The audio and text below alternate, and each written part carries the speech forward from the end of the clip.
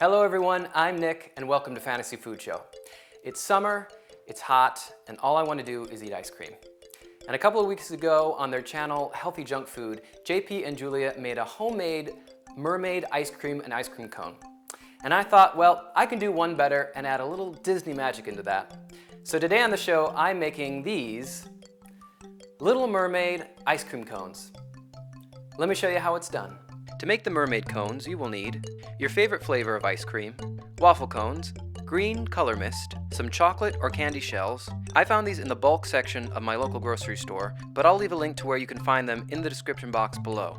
Some edible green luster dust, a paintbrush, some white chocolate, coconut oil, red food coloring, either powdered or oil-based, cherry candy flavoring, and a tablespoon measure. And as always, the quantities I'm using will be listed on the website fantasyfoodshow.com. The first thing we have to do is make our magic shell for Ariel's hair, her abstract hair.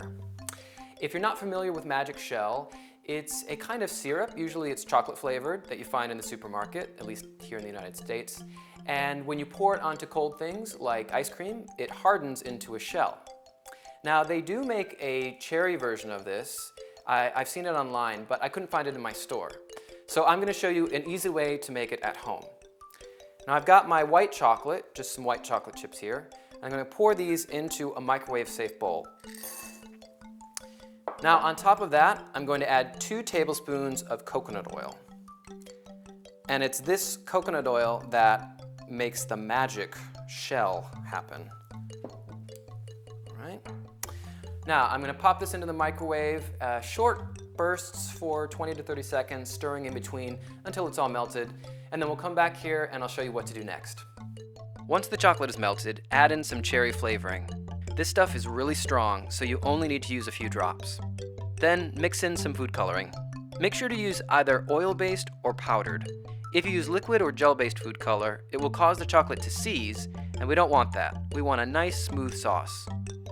Once the color is evenly combined, you can use it as is or pour it into a squeeze bottle for better control. Okay, now we're going to decorate the waffle cones to look like Ariel's body and tail. I tried a number of different methods when I was testing out this recipe to decorate the cones, and I shot a little video that's going to be on our Patreon page. So if you support us on Patreon, you'll get to check it out. I'll leave a link to that Patreon up here or down below somewhere. And I found that the best way, however, was to get this Wilton brand color mist, which I've gotten here in green, and to spray it on the cones.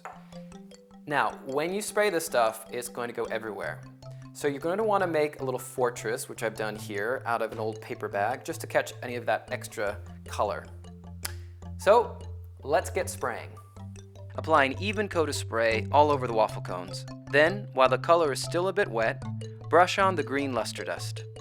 Again, this stuff has a tendency to get everywhere, so I recommend doing this on a cookie sheet.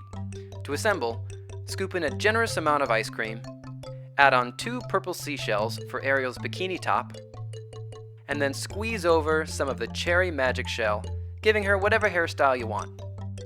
And there they are, my Little Mermaid-inspired Ariel ice cream cones. Okay, here's the big moment. I get to bite into Ariel's head. Okay, here we go. Ooh. Oh my gosh, that magic shell works so well. Can't taste the coconut so much, but you definitely taste the cherry. It's really good. If you like this recipe, check it out on fantasyfoodshow.com. Please subscribe to the channel, support us on Patreon, and I'll see you next time.